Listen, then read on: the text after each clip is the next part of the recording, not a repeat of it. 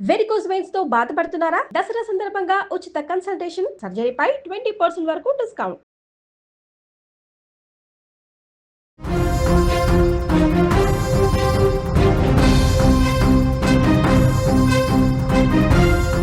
Asia cup చేజిక్కించుకున్న Bharat మూడోసారి కూడా పాక్కి చుక్కలు చూపించిన టీమిండియా. మ్యాచ్ తర్వాత కప్ తీసుకునేందుకు భారత్ నిరాకరించింది.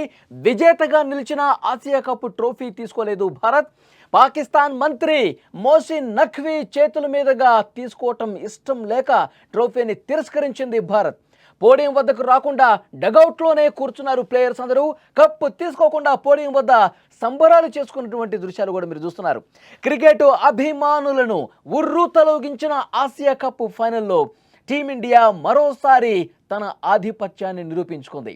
అయితే ఈ మరుపురాని విజయం తర్వాత భారత్ జట్టు తీసుకున్న నిర్ణయం మాత్రం పెను సంచలనంగా మారింది.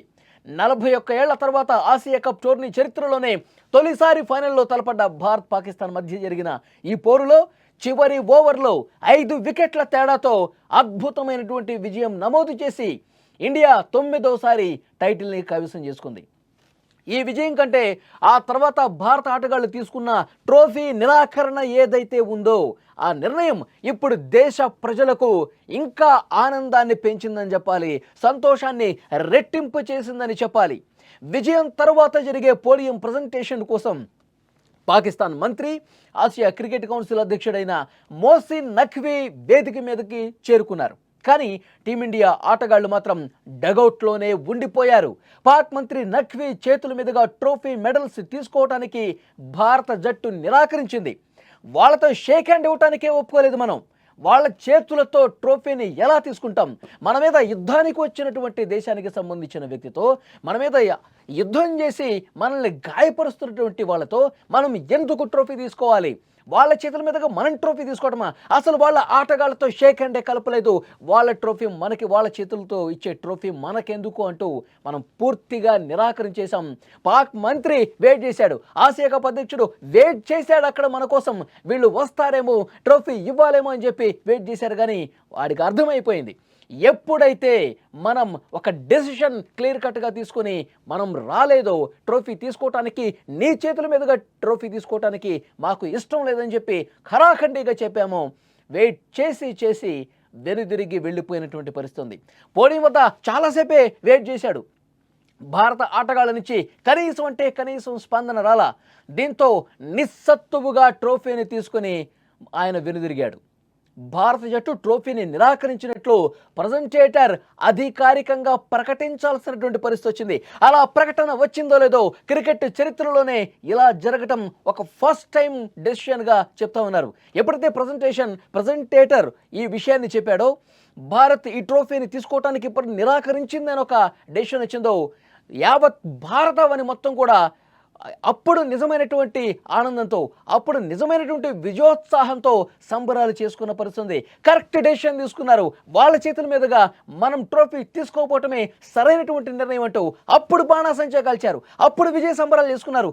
రోడ్ల మీదకి వచ్చి యావత్ భారత్ యువత మొత్తం కూడా, క్రికెట్ అభిమానులందరూ కూడా సెలబ్రేషన్స్ మోడ్లోకి వెళ్ళిపోయిన పరిస్థితి ఉంది. ఒక్కసారి ఇక్కడ స్క్రీన్ మీద మీరు చూస్తూ ఉన్నారు, అతను ఏ విధంగా వెనుదిరిగి వెళ్ళిపోతున్నాడో చాలా స్పష్టంగా మనం స్క్రీన్ మీద కూడా చూస్తున్నాం. భారత ఆటగాళ్ళు వచ్చి ఈ ట్రోఫీని అందుకుంటారేమో అనుకుని వెయిట్ చేశాడు. కానీ మన నుంచి కనీస స్పందన లేకపోవడంతో ఇక నా చేతుల మీద నుంచి వీళ్ళు అన్నంత పని చేశారు అనుకున్నట్లుగానే ట్రోఫీని నిరాకరించారు అని అర్థమైపోయి వెనుదిరిగి వెళ్ళిపోతా ఉన్నాడు. మనం స్క్రీన్ మీద ఆ విజువల్స్లో చాలా స్పష్టంగా సర్కిల్లో కనిపిస్తోంది. నఖ్వీ వెనుదిరిగి వెళ్ళిపోయే దృశ్యాలు మీరు చూస్తూ ఉన్నారు. ఈ చారిత్రక మ్యాచ్ విషయానికి వస్తే, తెలుగు కుర్రాడు తిలక్ వర్మ ఆడిన 69 పరుగుల అద్భుత ఇన్నింగ్స్ మ్యాచ్ గమనాన్ని పూర్తిగా మార్చేసింది. ఒక దశలో 10 పరుగులకే 2 వికెట్లు కోల్పోయి కష్టాల్లో పడ్డ టీమిండియాను తిలక్ వర్మ తన అనుభవం, సంజు శాంసన్తో కలిసి ఆడిన సమన్వయంతో గెలిపించేశాడు. చివరి వరకు క్రీజులో నిలబడ్డ తిలక్ సిక్సర్తో మ్యాచ్ ముగింపుకు ఒక రన్కు ముందుంచడం అభిమానుల్ని అలరించింది. ఈ టోర్నీపై పాకిస్తాన్లో భారత్కు ఇది 3వ విజయం కావటం విశేషం. టైటిల్ పోరులో కూడా విజయం సాధించి పాకిస్తాన్కు తిక్క కుదిరే విధంగా చాలా గట్టిగా సమాధానం ఇచ్చింది టీమిండియా. తిలక్ వర్మ గురించి మనం ప్రత్యేకంగా మాట్లాడుకోవాలి. యాక్చువల్గా తిలక్ వర్మ అందరూ వికెట్లు పడుతున్న క్రమంలో అభిమానులందరూ కొంత నిరుత్సాహానికి గురయ్యారు. వికెట్లు వరుసగా పడుతున్నాయి, మనం ఎలాగైనా గెలిచి తీరాలి, మ్యాచ్ గెలిచేసి ట్రోఫీని ఈ ఆసియా కప్ మనదే అని ప్రపంచానికి చాటి చెప్పాలి, పాకిస్తాన్ మీద ఎప్పటికీ మనదే పై చేయని చెప్పి భారత అభిమానుల్లో ఆశ ఉంది. కానీ వికెట్లు వరుసగా పడుతున్నాయి, ఆందోళన ఉంది. వచ్చినటువంటి తిలక్ వర్మ మెల్లగా బ్యాటింగ్ స్టార్ట్ చేశాడు. బంతిని బౌండరీలకు తరలించడం మొదలుపెట్టాడు. ఆశలు పెరుగుతూ ఉన్నాయి. పాకిస్తాన్ మీద ఏదైతే ఒక పగ ఉందో, ఒక్క మ్యాచ్ కూడా ఓడిపోకూడదన్నటువంటి ఆశ ఏదైతుందో దాన్ని నిలబెడుతూ వరుసగా 4లు 6ర్లతో అద్భుతమైనటువంటి ఇన్నింగ్స్ ఆడి భారత్ని విజయ పథాన చేర్పించాడు. మన హైదరాబాద్ కుర్రాడు, మన తెలుగోడు ఆసియా కప్లో పాకిస్తాన్కి గట్టి దెబ్బను రుచి చూపించాడు. ప్రతి హైదరాబాదీ కాళ్ళను ఎగరేసుకుని మన తిలక్ వర్మ అంటూ నిన్న రాత్రంతా డ్యాన్సులు చేసినటువంటి పరిస్థితి. పాకిస్తాన్కి మనోడే బుద్ధి చెప్పాడు, పాకిస్తాన్కి ఒక గట్టి షాక్ ఇచ్చాడు మనోడే అంటూ రోడ్ల మీదకి వచ్చి తిలక్ వర్మని అభినందిస్తూ డ్యాన్సులు చేసినటువంటి పరిస్థితి. మ్యాచ్ అనంతరం ప్రెస్ కాన్ఫరెన్స్లో కెప్టెన్ సూర్యకుమార్ యాదవ్, అభిషేక్ శర్మ తమ విజయానికి సంబంధించి మీడియా ప్రశ్నలకు సమాధానాలు ఇచ్చారు. ట్రోఫీని నిరాకరించడం గురించి అడిగిన ప్రశ్నకు స్కై సమాధానమిస్తూ, నా కెరీర్లో ఒక విజేత జట్టు ట్రోఫీని తిరస్కరించడం ఇదే ఫస్ట్ టైం. మేము అన్ని రకాలుగా గెలవటానికి అర్హులం, ట్రోఫీని తీసుకోవటానికి అర్హులమే, కానీ కావాలనే ఈ ట్రోఫీని మేము తిరస్కరించాం. పాకిస్తాన్ పుండు మీద కారం చల్లినట్టుగా చాలా స్పష్టమైనటువంటి సమాధానం చెప్పాడు సూర్యకుమార్ యాదవ్. మిగతా ప్రశ్నలకు సమాధానం చెప్పకుండా దాటవేయటం పరిస్థితి తీవ్రతను తెలియజేస్తోంది. అంటే మనం ఎంత గట్టిగా ఉన్నాం, పాకిస్తాన్ మీద ఏ స్థాయిలో పోరాటం చేస్తున్నాం అనేది కూడా ఇక్కడ క్లియర్గా మనం అర్థం చేసుకోవాలి. ప్రధానమంత్రి నరేంద్ర మోదీ ఈ విజయం తర్వాత ఒక ట్వీట్ చేశారు. ఆపరేషన్ సింధూర్ని ప్రస్తావించారు. యుద్ధ భూమిలో అయినా మైదానంలో అయినా ఒక్కటే ఫలితం. మైదానంలో కూడా మనం ఆపరేషన్ సింధూర్ చేశాం, ఎక్కడైనా విజయం మనదే అని భారత ఆటగాళ్లను కీర్తిస్తూ ఆయన ట్వీట్ చేశారు. ఆ ట్వీట్తో మరింత భావోద్వేగంతో ఆ ట్వీట్ని చూసినటువంటి పరిస్థితి కనిపిస్తోంది. ప్రతి ఒక్కరూ కూడా సెలబ్రేషన్ మూడ్లోకి వెళ్ళిపోయారు. ఏ మ్యాచ్ అయినా, అది ఏ కప్ అయినా సరే, పాకిస్తాన్ మీద ఆడుతున్నామంటే ఆ గెలుపు డెఫినెట్గా టీమిండియాదే. ప్రతి ఒక్క మ్యాచ్ కూడా టీమిండియానే గెలవాలి, గెలుస్తుంది అన్న ఒక గట్టి నమ్మకం ఫ్యాన్స్లో ఉంది. వరుసగా 3 మ్యాచ్లు గెలిచేశాం. మొదటి మ్యాచ్ ఆడుతున్న సందర్భంలో ఎక్కడ కూడా అభిమానులు స్టేడియంలో ఎక్కడైతే పెద్ద ఎత్తున అభిమానులు వస్తారో ఆటను ఆస్వాదిస్తారు అనుకున్నారు. ఎందుకంటే అంతకు ముందు నుంచే బాయ్కాట్ ట్రెండ్ నడుస్తోంది. ఆపరేషన్ సింధూర్తో ఒక గట్టి బుద్ధి చెప్పిన తర్వాత పాకిస్తాన్ ఏదైతే పిచ్చి ప్రలాపనలు చేస్తూ ఉందో, ఇష్టారీతిన మాట్లాడుతూ ఉందో, మన పౌరుల్ని పెహల్గాం దాడితో పొట్టను పెట్టుకున్న అక్కడి ఉగ్రవాదులకు సంబంధించి ఇంత ఉద్రిక్తమైనటువంటి ఉద్రేకం కలిగజేసినటువంటి పరిస్థితుల్లో అసలు అలాంటి ఒక పనికి మాలిన దేశంతో, టీంతో మనం ఎందుకు క్రికెట్ ఆడాలని చెప్పి ఒక బాయ్కాట్ ట్రెండ్ నడిచింది. అందుకే మొదటి మ్యాచ్లో ఫ్యాన్స్ నుంచి అంత మద్దతు లభించాల, ఫ్యాన్స్ నుంచి ఒక విపరీతంగా ఒక హర్షధ్వానాలు నమోదు కాల. కానీ ఒక మ్యాచ్ పూర్తయింది, ఆ మ్యాచ్లో ఘన విజయం సాధించాం.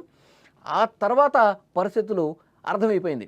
మొదటి మ్యాచ్లోనే మనం షేక్ హ్యాండ్ ఇవ్వలేదు. ఆ షేక్ హ్యాండ్ నిరాకరించడంతో మన మీద కంప్లైంట్ చేయటాలు, సూర్యకుమార్ మాట్లాడిన దాన్ని మళ్ళీ ఐసీసీకి కంప్లైంట్ చేయటాలు, పరిస్థితి తీవ్ర స్థాయికి చేరుకుంటుంది. రెండో మ్యాచ్లో వాళ్ళ ఆటగాళ్ళు, రౌఫ్ లాంటి వాళ్ళు ఏ విధంగా ప్రవర్తించారో మనం చూసాం.